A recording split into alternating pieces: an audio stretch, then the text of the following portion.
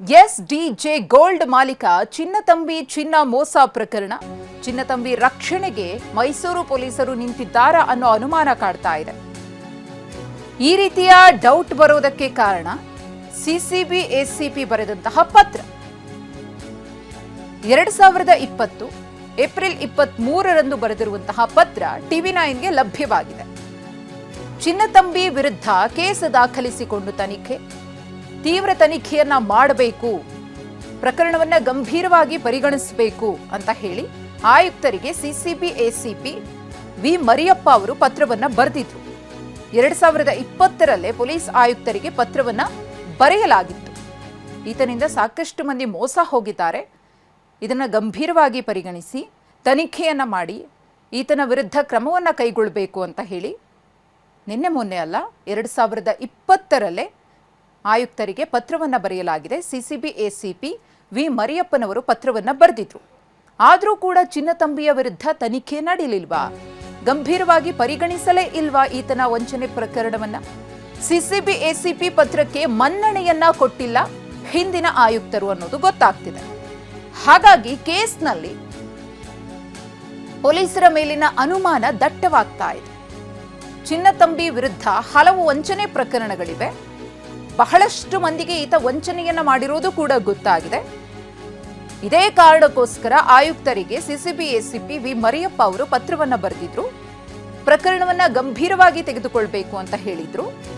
ಚಿನ್ನತಂಬಿ ವಂಚನೆ ಕೇಸ ಪ್ರತ್ಯೇಕವಾಗಿ ತನಿಖೆಗೆ ಅರ್ಹವಾಗಿದೆ ಅಂತ ಹೇಳಿದ್ರು. ಆದರೆ ಸಿಸಿಬಿ ಎಸಿಪಿ ಬರೆದಂತಹ ಪತ್ರಕ್ಕೆ ಅಂದಿನ ಆಯುಕ್ತರು ಯಾವುದೇ ರೀತಿಯ ಮನ್ನಣೆಯನ್ನ ಕೊಟ್ಟಿಲ್ಲ, ಅದನ್ನ ಪರಿಗಣಿಸಲೇ ಇಲ್ಲ. ಸಾಕಷ್ಟು ಮಂದಿಗೆ ವಂಚನೆಯಾಗಿದೆ, ಈತನ ವಿರುದ್ಧ ಗಂಭೀರ ತನಿಖೆ ಆಗಬೇಕು, ವಂಚನೆಗೊಳಗಾದವರಿಗೆ ನ್ಯಾಯ ಸಿಗಬೇಕು ಅಂತ ಹೇಳಿ ಒಂದಷ್ಟು ಪ್ರಮುಖ ವಿಚಾರಗಳನ್ನು ಆ ಪತ್ರದಲ್ಲಿ ಮರಿಯಪ್ಪ ಅವರು ಉಲ್ಲೇಖ ಮಾಡಿದ್ರು. ಆದರೆ ಅಂದಿನ ಆಯುಕ್ತರು ಆ ಪತ್ರವನ್ನು ಗಂಭೀರವಾಗಿ ಪರಿಗಣಿಸದೆ ನಿರ್ಲಕ್ಷಿಸಿದ್ರ ಅಥವಾ ಚಿನ್ನತಂಬಿಯ ಪರವಾಗಿ ಪೊಲೀಸ್ ಇಲಾಖೆ ನಿಂತ್ಕೊಂಡಿದ್ಯಾ? ಒಂದಷ್ಟು ಮಂದಿ ಪೊಲೀಸರು ಚಿನ್ನತಂಬಿಯ ಪರವಾಗಿ ಏನಾದರೂ ಇದ್ದಾರಾ ಅನ್ನೋ ಅನುಮಾನಗಳು ಕಾಡ್ತಾ ಇದೆ. ಆ ರೀತಿಯ ಆರೋಪಗಳು ಕೂಡ ಸದ್ಯಕ್ಕೆ ಕೇಳಿ ಬರ್ತಾ ಇದೆ.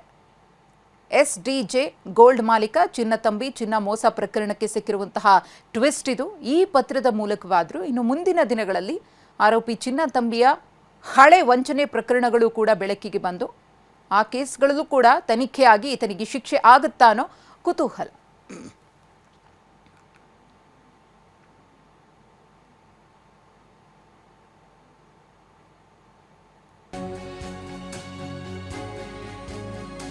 ಇನ್ನು ಎಸ್ಡಿಜೆ ಗೋಲ್ಡ್ ಮಾಲೀಕ ಚಿನ್ನತಂಬಿ ವಂಚನೆ ಪ್ರಕರಣ 2019ರಲ್ಲಿ ಚಿನ್ನತಂಬಿ ವಿರುದ್ಧ ದೂರು ನೀಡಲಾಗಿತ್ತು.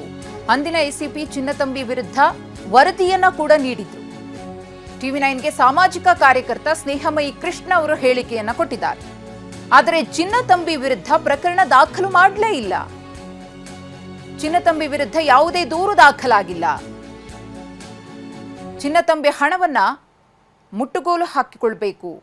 ಸ್ನೇಹಮಯಿ ಕೃಷ್ಣ ಅವರು ಈ ಪ್ರಕರಣಕ್ಕೆ ಸಂಬಂಧಪಟ್ಟಂತೆ ಮಾತನಾಡಿದ್ದಾರೆ. 2019ರಲ್ಲಿ ಚಿನ್ನತಂಬಿ ವಿರುದ್ಧ ದೂರು ನೀಡಲಾಗಿತ್ತು, ಆದರೆ ಪ್ರಕರಣ ದಾಖಲು ಮಾಡಿಕೊಳ್ಳಿಲ್ಲ, ತನಿಖೆಯನ್ನು ನಡೆಸಲೇ ಇಲ್ಲ ಅಂತ ಹೇಳಿ ಸಾಮಾಜಿಕ ಕಾರ್ಯಕರ್ತ ಸ್ನೇಹಮಯಿ ಕೃಷ್ಣ ಅವರು ಕೂಡ ಈ ಪ್ರಕರಣಕ್ಕೆ ಸಂಬಂಧಪಟ್ಟಂತೆ ಮಾತನಾಡಿದ್ದಾರೆ.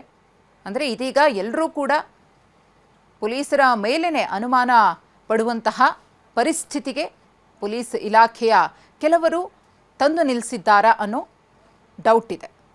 ಆರೋಪಿ ಚಿನ್ನತಂಬಿಯ ವಿರುದ್ಧ ಸಾಕಷ್ಟು ವಂಚನೆ ಪ್ರಕರಣಗಳಿದ್ರೂ ಕೂಡ ಆತನನ್ನು ಟಚ್ ಮಾಡೋದಕ್ಕೆ ಯಾಕೆ ಮುಂದಾಗ್ತಾ ಇಲ್ಲ? ಅಷ್ಟು ಪ್ರಭಾವಿನ, ತನ್ನ ಪ್ರಭಾವವನ್ನು ಬಳಸಿ ತನ್ನನ್ನು ಯಾರು ಮುಟ್ಟದಂತೆ ಈತ ಇದ್ದಾನ ಅನ್ನೋ ಅನುಮಾನ.